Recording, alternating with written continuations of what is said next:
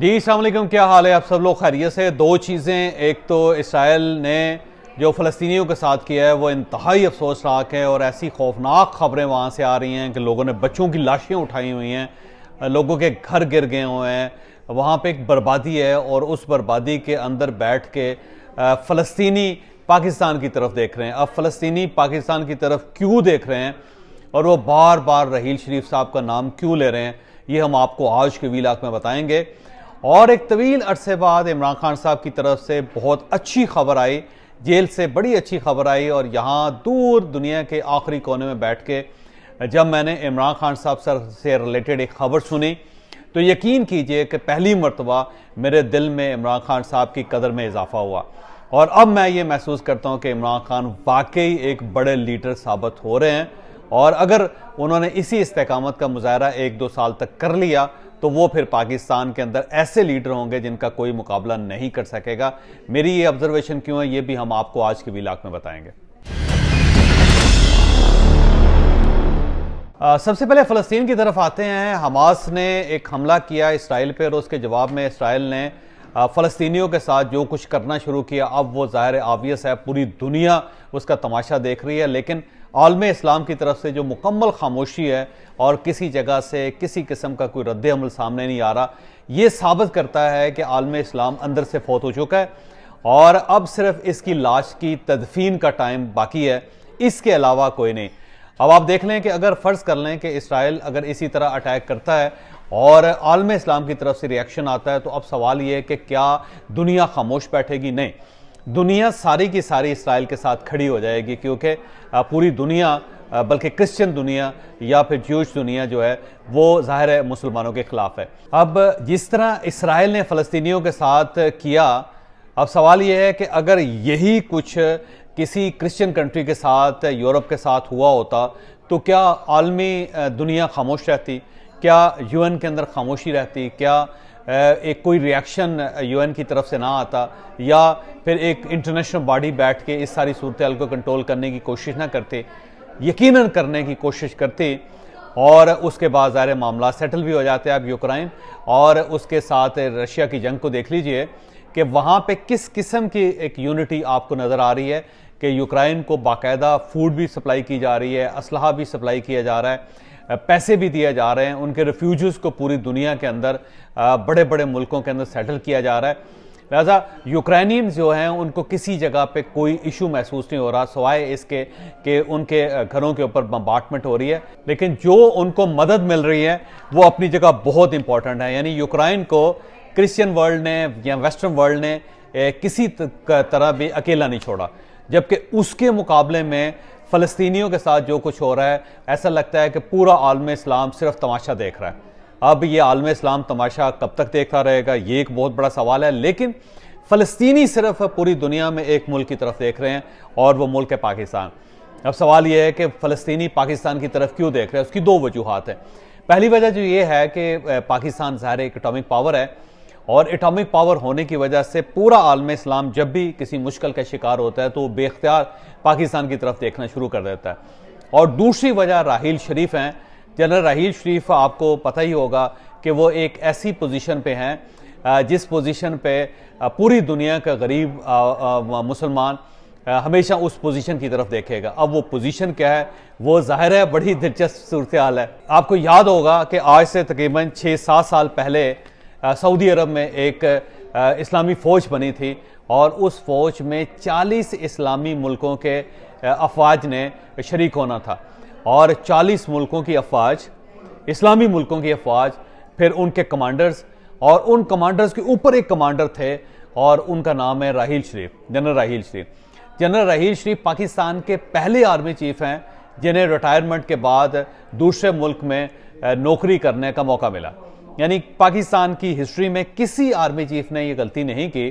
कि वो एक भरपूर अपना कैरियर गुजारने के बाद जिसमें वो शहजादों के साथ बैठते थे, जिसके में वो बादशाहों के साथ बैठते थे, जिसमें वो मुख्तलिफ प्रेसिडेंट्स के साथ बात करते थे,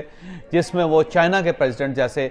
जो अजीम शख्सियत है उसके साथ बैठते थे, जिसमें यूरोपियन यूनियन के प्रेसिडेंट के साथ बैठते थे, जिसमें वो अमेरिकन प्रेसिडेंट के साथ बैठते थे, जिसमें वो रशियन प्रेसिडेंट के साथ बैठते थे, जिसमें वो IMF के प्रेसिडेंट के साथ बैठते थे। तो दुनिया जहान के प्रेसिडेंट्स, बादशाहों और शहजादों के साथ हमारा आर्मी चीफ बैठता है, और उसके बाद जब उसका टेन्योर ख़त्म हो तो ऑल ऑफ सडन वो एक नौकरी कर ले, और नौकरी भी एक शाही ख़ानदान की करे कि जिसमें जब वो सर्विस में थे तो बादशाह के साथ बैठते थे, और उसके बाद उन्हें वो बादशाह के पीछे या फिर शहजादों के पीछे खड़ा होना पड़े। तो ये एक अजीबो-गरीब किस्म की नौकरी थी जो जनरल राहील शरीफ ने की। और जब उस वक्त इसके ऊपर सवाल उठाया गया कि जनरल साहब ने ये क्या किया, तो जनरल राहील शरीफ और उनके दोस्तों की तरफ से ये रद्द-ए-अमल सामने आया कि वो उनकी जो पोजीशन है वो एक इस्लामी मुल्क से पूरी दुनिया के इस्लामी मुल्कों की पोजीशन में कन्वर्ट हो गई है। अब वो पूरी इस्लामी उम्मा के आर्मी चीफ हैं, लिहाजा जब भी किसी इस्लामी मुल्क के ऊपर प्रॉब्लम होगा तो जनरल राहील शरीफ अपना सीना ठोक के सामने खड़े हो जाएंगे और फिर वो अगयार का मुकाबला करेंगे। वो पूरी दुनिया को ये पैगाम देंगे कि अब इस्लामी दुनिया एक है, अब पूरी मुस्लिम उम्मा एक जगह पे जमा है, और उस मुस्लिम उम्मा की तरफ अगर किसी ने आज के बाद टेढ़ी आंख से देखा तो उसकी आंखें निकाल दी जाएंगी। तो सारी दुनिया का ख्याल ये था, बल्कि इस्लामी दुनिया का ख्याल ये था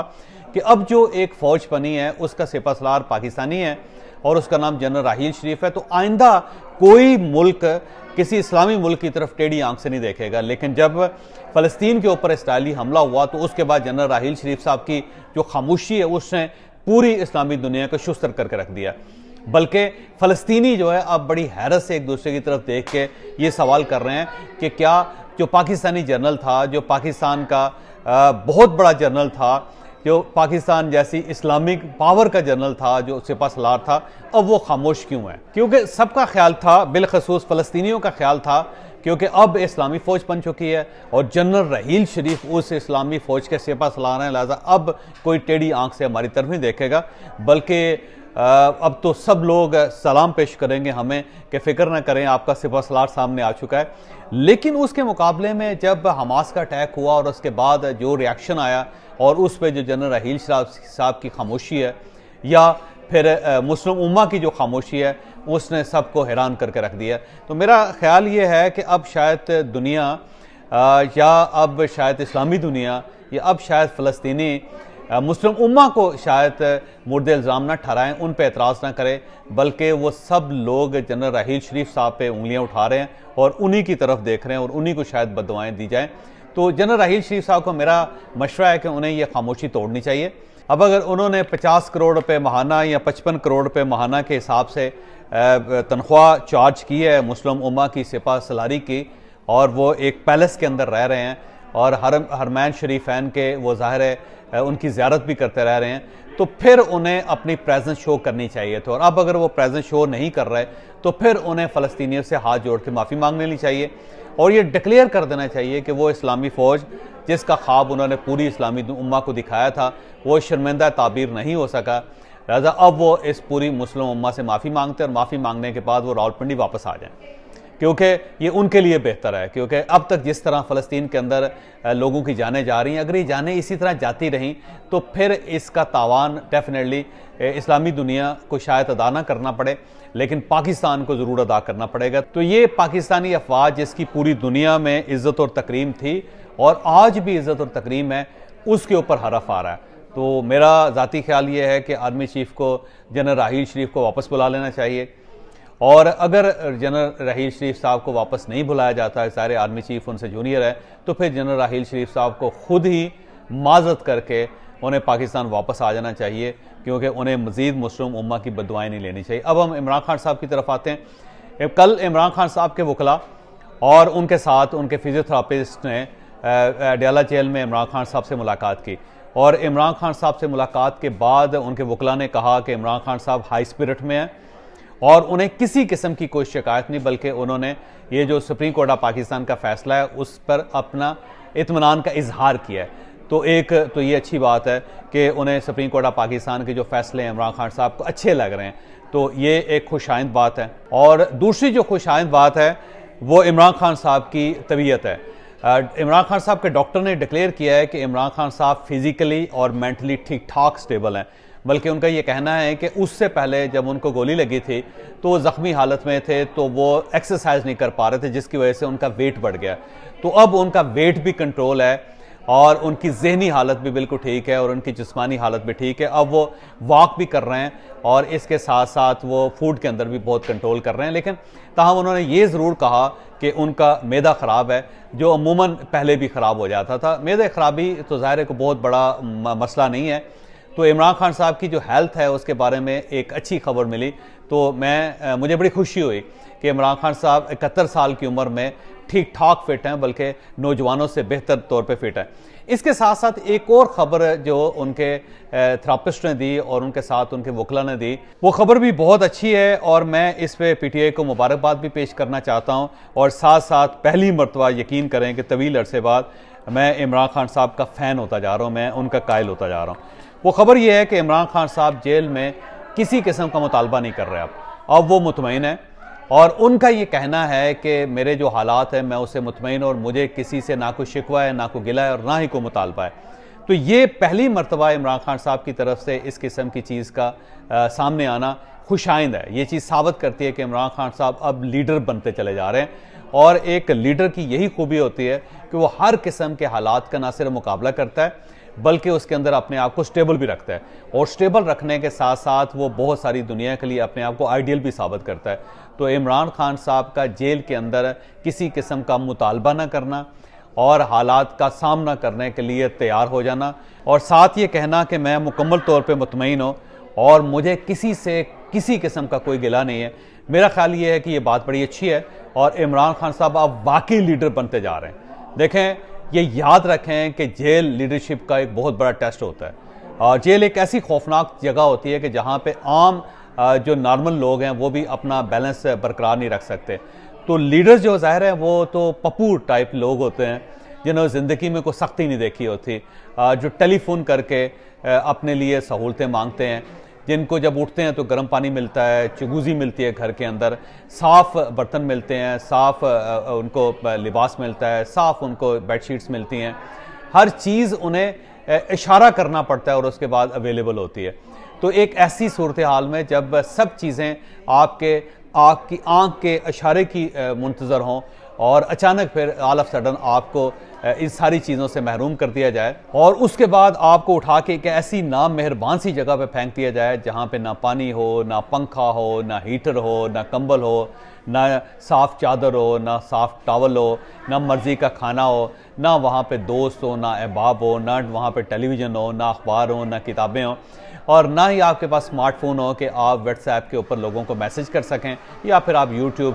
से लुत्फ़ उठा सकें। तो जब ये सारी चीज़ें अचानक आपकी लाइफ से निकाल ली जाएं और आपको मर्ज़ी का पानी भी ना मिले तो उसके बाद ज़ाहिर है जो इंसान की सूरत हाल होती है उसको सिर्फ वही लोग इमेजिन कर सकते हैं जो ऐसी सूरत हाल का शिकार होते हैं या जो इस बैकग्राउंड के लोग होते हैं। लेकिन जो बड़े लीडर्स होते हैं वो कभी मुतालबा नहीं करते, वो कभी परेशानी का इज़हार नहीं करते, वो हर किस्म के हालात का मुकाबला खंदा पेशानी से करते हैं। तो इमरान खान साहब का ये जो फेज़ आ रहा है मुझे यूँ महसूस होता है कि अगर ये सस्टेन कर गए तो ये वाकई अपने आप को एक लीडर बना लेंगे, क्योंकि इससे पहले इमरान खान साहब के बारे में ये तासुर था कि इन्होंने कभी सख्ती नहीं देखी। ये वो लीडर हैं जिनके पास कभी परस नहीं था। जब वो क्रिकेटर थे तो उस वक्त भी उनकी जेब में कोई पर्स नहीं होता था, वॉलेट नहीं होता था और उनके अखराजात उस वक्त भी फैंस उठाते थे और आखिरी वक्त तक उनका किचन भी कोई और चलाता था और उन्होंने ज़िंदगी में कभी कोई सख्ती नहीं देखी। तो एक शख्स जो 71 साल की उम्र तक जिसने कभी सख्ती ना देखी हो, जिसके लिए ज़िंदगी सिर्फ और सिर्फ फूलों की सेज हो,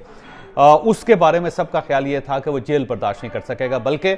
मुझे याद है कि जब उनकी गिरफ्तारी का प्रोसेस चल रहा था तो उस वक्त ज़्यादातर लोगों को जिन्होंने गिरफ्तार करना था उनका ख्याल ये था कि इमरान खान एक हफ्ता नहीं निकाल सकेंगे और वो बाकायदा एरिया रगड़ेंगे और उसके बाद माफ़ी मांगेंगे। लेकिन ये जो फेज़ इमरान खान साहब का आया है, मेरा ख्याल है ये मर्दानगी का फेज़ है और ये अगर जारी रहता है और इमरान खान साहब अगर अगले 1-2 साल इसी स्पिरिट के साथ जेल में गुजार लेते हैं तो फिर इमरान खान साहब को लीडर बनने से कोई नहीं रोक सकेगा। क्योंकि इस वक्त सूरत हाल ये है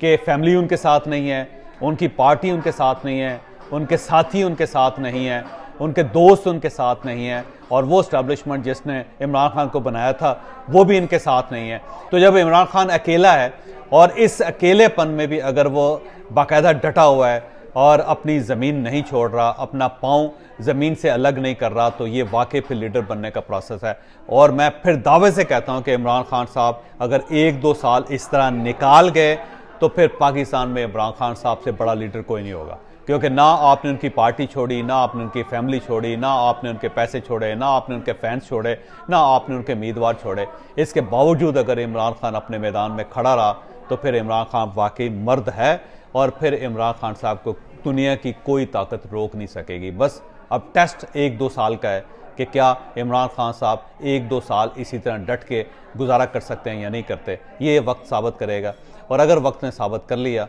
तो इमरान खान वाकई इमरान खान होगा।